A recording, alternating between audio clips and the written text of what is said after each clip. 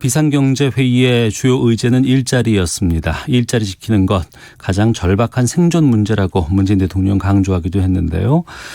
이 자리에 참석했던 대통령 직속 일자리위원회 김용기 부위원장 연결해서 이번 대책 내용들 좀 살펴보도록 하겠습니다. 안녕하십니까? 네, 안녕하세요. 예, 일자리가 어제 주요 의제였습니다. 네. 그 비상경제회의 분위기부터 좀 전해주시죠. 처음 시작할 때 아마 대통령의 모두 발언에서 네. 점이 분명하게 표현이 됐다고 생각하는데요. 일자리가 있어야 국민의 삶이 있고 경제가 있습니다. 일자리를 지키는 것이 국난 극복의 핵심 과제이며 가장 절박한 생존 문제입니다. 이렇게 말씀을 하셨거든요. 네. 그리고 실제 내용이 사실은 바로 전날 밤까지 이제 준비를 해서 마련되어 있었기 때문에 네. 그 구체적인 내용은 사실 대부분의 상당수의 참석자들이 알지 못하는 상태에서 물론 대체적인 개요나 어떤 부분적인 내용은 알고 있었지만 그렇게 돼서 공개가 되고 이제 그 자리에서 토론이 되었는데요. 네. 대체적인 분위기는 규모가 대단히 크고 그다음에 굉장히 구체적인 대상에 대한 네. 수혜 대상에 대한 어떤 정확한 어떤 적시를 통해서 그리고 또한 단기적인 목표와 중장기적인 목표를 또 구분해서 설명을 하는 그러한 내용으로 상당히 그래서 무겁지만 아주 본격적인 그러한 대책이 나온 것이 아닌가 이렇게 저는 생각을 했습니다. 네. 회의석상에서 가장 중요하게 논의된 부분이 뭐였어요? 모든 것이 중요했는데요. 네. 아시다시피 어제 대책에서는 이미 기존에 나왔던 우리 사회에서 지금 가장 어려움을 겪고 있는 게 개인 사업 서비스 자영업자들 아니겠습니까? 네. 우선은 그분들에 대해서 기존에 이미 100조 원 정도의 금융 조치가 나왔는데 여기에 추가적으로 이제 35조 원을 추가하는 내용이 큰 덩어리로 하나가 있고요. 예. 또 다른 것은 어제 이제 전혀 새롭게 이제 나온 것이죠. 즉 7개 부분 항공, 해운을 포함해서 자동차, 기계, 전력 등 통신까지 포함해서 7개 기관산업에 대해서 기관산업안정기금을 조성을 하여 유동성뿐만이 아니라 근본적으로 보다 구조적으로 흔들리는 부분들을 보완할 수 있는 자본 확충까지 지원하는 네. 그러한 이제 내용이 나왔고요. 이미 그동안에 사실 일자리 지키기라는 부분에 대해서는 대통령께서 강조를 하셨고 예. 특히 사각지대에 대한 이제 사실 문제 제기가 많이 있지 않았습니까? 네. 그래서 이번에는 이제까지의 고용에 대한 것은 고용보험에 근거해서 기존의 고용보험에 가입돼 있던 기존 일자리를 가졌던 분들에 대해서 그분들이 휴업을 하거나 실업을 할 경우에 그것에 대한 대응책이었다면 어제 같은 경우는 바로 특고 혹은 프리랜서라고 표현하는 네. 기존의 근로자처럼 일은 하고 있지만 근로자가 아니기 때문에 고용보험에는 가입되어 있지 않는 네네. 이러한 분들에 대해서 93만 명 등 이러한 부분들에 대해서 이제 대규모적인 지원이 있는 내용 플러스해서 결국은 그럼에도 불구하고 휴업이나 폐업을 통해서 일자리가 줄어들 것이기 때문에 네. 공공일자리를 6개월 한시적으로 55만 개를 창출하는 것 그리고 마지막으로 이러한 것만으로는 결국 해결이 될 수가 없기 때문에 예. 포스트 코로나 이후를 대비해서 대규모적인 프로젝트인데 그것은 단지 일자리만을 노리는 것이 아니라 이후의 혁신성장, 생산성의 향상과 국가 경쟁력의 강화를 위한 대규모적인 프로젝트를 준비하라는 네. 이러한 내용. 여기에는 아직 금액이나 규모는 공개가 되지는 않았던 것이죠. 이런 크게 네 가지 사항이 저는 모두 중요했다고 생각합니다. 네. 그러면 대통령 직속 일자리 위원회에서 파악하는 상황으로 지금 일자리 상황이 어느 정도로 악화되어 있는 거예요? 네, 사실 바로 지난주죠. 지난주 금요일 날 4월 고용 동향이 나왔습니다. 네. 이걸 간단하게 말씀드리면 결국은 약 130만 개에서 200만 개 정도의 일자리가 영향을 받은 것으로 보입니다. 근데 예. 문제는 지금 사실 우리는 잘 아시다시피 다른 나라에 비해서 훨씬 방역이 성공적으로 진행이 된 거거든요. 예. 그렇기 때문에 다른 나라에 비해서 사회적 거리두기는 지켰지만 소위 자가격리라든가 아예 생산 활동을 닫아버린다든가 이러한 내용들은 거의 없었습니다. 예. 그럼에도 불구하고 130만 개에서 200만 개 정도의 일자리가 영향을 받은 것으로 보여져요. 그것은 즉 어떤 임시 일용직에서 약 30만 명 정도의 일자리가 줄어들었고, 그다음에 일시휴직자가 100만 명 이상 지난달 대비해도 즉 3월 고용 동향 대비해도 4월에 99만 명이 증가를 했거든요. 예. 그래서 작게 봐도 130명, 크게 보면 200만 명 정도라면 우리 전체 취업자가 2,700만 명입니다. 네. 전체적으로 7 내지 8%가 이미 영향을 받았고 향후에 이제 우리 여러 가지 산업 구조가 무역에 상당히 의존하고 있고 대외 의존적인 경제이지 않습니까? 예. 그리고 내수 부분에 있어서 관광이나 음식 숙박업 또한 사실상 내수지만 중국인으로부터의 관광객이나 이러한 것에 많이 의존을 받고 있습니다. 네. 향후에도 이 상황이 오히려 심화되면 심화됐지 이것이 완화될 가능성은 안 보이거든요. 적어도 2분기 동안. 그렇다면 굉장히 심각한 상황이죠. 우리로서는 이러한 상황에서 아주 심각하고 단기, 중기, 장기적인 대책이 필요하다 이렇게 생각을 하는 겁니다. 예. 어제 발표된 내용들을 살펴보면은 이제 기간 산업 안정자금 조정하고 또 긴급 고용 안정 대책에서 프리랜서라든가 특수고용 노동자들을 위한 지원 정책들도 포함되어 있습니다. 네. 그리고 또 하나가 정부가 직접 일자리를 창출한다고 하는데 이건 일자리 위원회가 나서야 되지 않을까 싶은데 어떤 계획이 있습니까? 네, 실제로 일자리위원회가 55만 개 일자리는 정부 부처와 TF를 형성을 해서 저희가 직접적으로 내용을 파악을 하고 조정하고 할 예정입니다. 네. 크게 두 덩어리로 나누어지는데요. 네. 하나는 청년을 대상으로 청년의 일 경험이 매우 중요합니다. 아시다시피 우리가 일을 그것이 실패의 경험이든 배우는 경험이든 그 경험을 적절한 시기에 우리가 갖는 것이 이후에 지속적인 취업을 해 가는데 매우 중요한데요. 예. 현재 코로나19 위기 사태로 인해서 가령 어떠한 일이 벌어지고 있냐면은 서류 심사에서 통과를 했지만 1월에 서류 심사에서 통과를 했지만 그로부터 4개월이 지나는 동안 아직까지 면접이 진행되지 않고 있는 그래서 사실상 신규 취업이 멈춰 있는 이러한 심각한 상황입니다. 예. 지금 이 상황을 이제 공공기관부터라도 개선을 하기 위해서 정부가 노력을 하고 이것은 회사들의 문제일 뿐만이 아니라 예를 들어서 토익 시험이 계속적으로 미뤄지고 있다거나 여러 가지가 이제 연관이 되면서 되는데 그렇기 때문에 한 덩어리는 청년을 중심으로 해서 청년의 일 경험과 우리 청년들이 잘할 수 있는 디지털 부분에 이러한 부분을 중심으로 해서 일자리 사업을 추진하는 덩어리가 하나가 있고요. 이게 25만 개가 있고요. 예. 나머지 30만 개는 기존의 어떤 재정사업 일자리보다는 훨씬 좀 강화된 형태로 재정사업 일자리는 사실 27만 원 수준으로 사실상 덜 중요한 일 하지만 사회적으로는 유익한 청소라든가 이러한 일들을 하지 않았습니까? 근데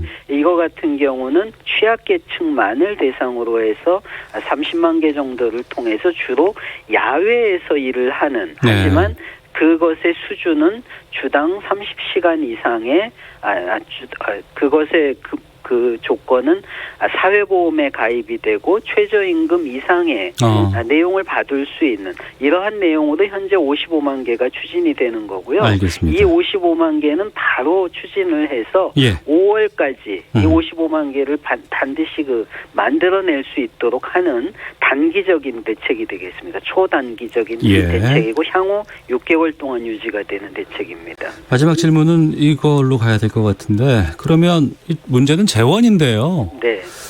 이 재원 대통령은 국회에 신속한 추경을 촉구했다고 하고 어떤 방식으로 이루어져야 한다고 보십니까?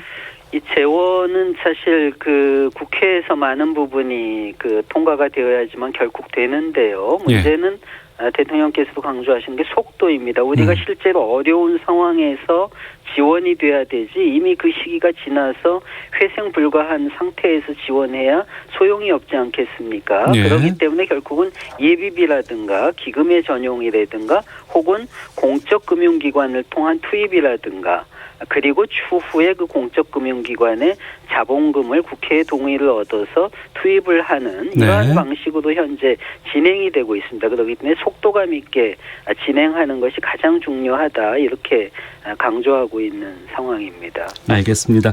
말씀 여기까지 듣도록 하겠습니다. 고맙습니다. 네. 감사합니다. 네, 지금까지 대통령 직속 일자리위원회 김영기 부위원장 연결해서 어제 나왔던 고용정책에 대한 내용들 살펴봤습니다. 그러면 정부 발표한 이 일자리 대책에 대해서 전문가는 어떻게 보고 있는지 좀 듣도록 하겠습니다. 한양대 경제금융학부의 박철성 교수를 연결하겠습니다. 안녕하십니까? 네, 안녕하세요. 예. 여러 가지 경제 지원 같은 건 시기가 중요하다고 하는데 이번에 일자리 지원 발표 시점은 어떻게 보십니까? 네, 지금까지 내어놓은 대책보다 더 강도 높은 대책이 필요하다고 생각되는 시점에 딱 맞춰서 지원책이 나왔다고 생각을 합니다. 네. 박 교수께서 보시기에 지금 코로나19 상황에서 지금 이 일자리 어느 정도로 심각하다고 보세요?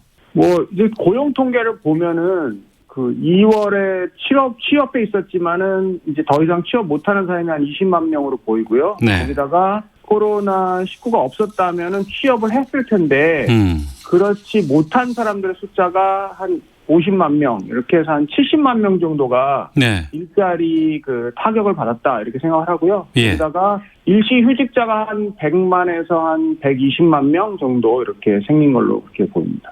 그럼 그 수치는 어느 정도로 심각하다고 보시는 겁니까? 요거 수치를 보면은 일단은 2008년도에 있었던 세계 금융위기 그 수치만큼 그거보다는 조금 더 심각하다 이렇게 보이고요. 일단 단기적으로는.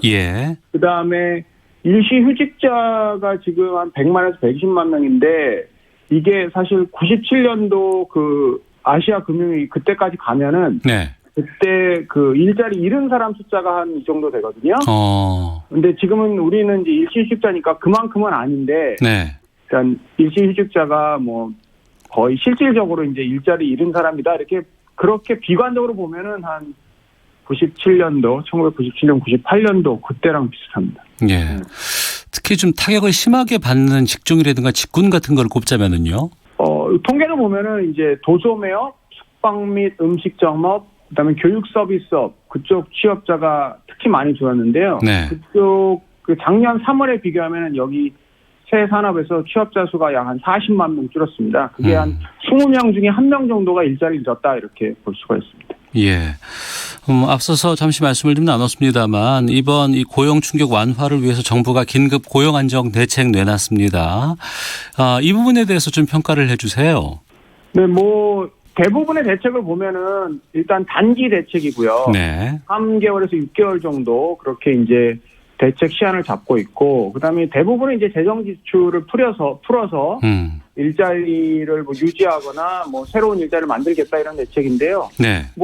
지금 상황에서는 거의 할 수 있는 거는 다 해놓은 것 같습니다. 일단 단기 대책이니까. 그런데 일단 이게 사태가 이제 장기화되기 시작하면은 그때는 또 새로운 대책이 또 필요하지 않을까 이렇게 생각합니다. 할 수 있는 건 다 했다고 말씀하셨습니다만 일단 단기적으로는 그렇습니다. 단기적으로는 효과 면에서는 어떻게 평가를 하실까요?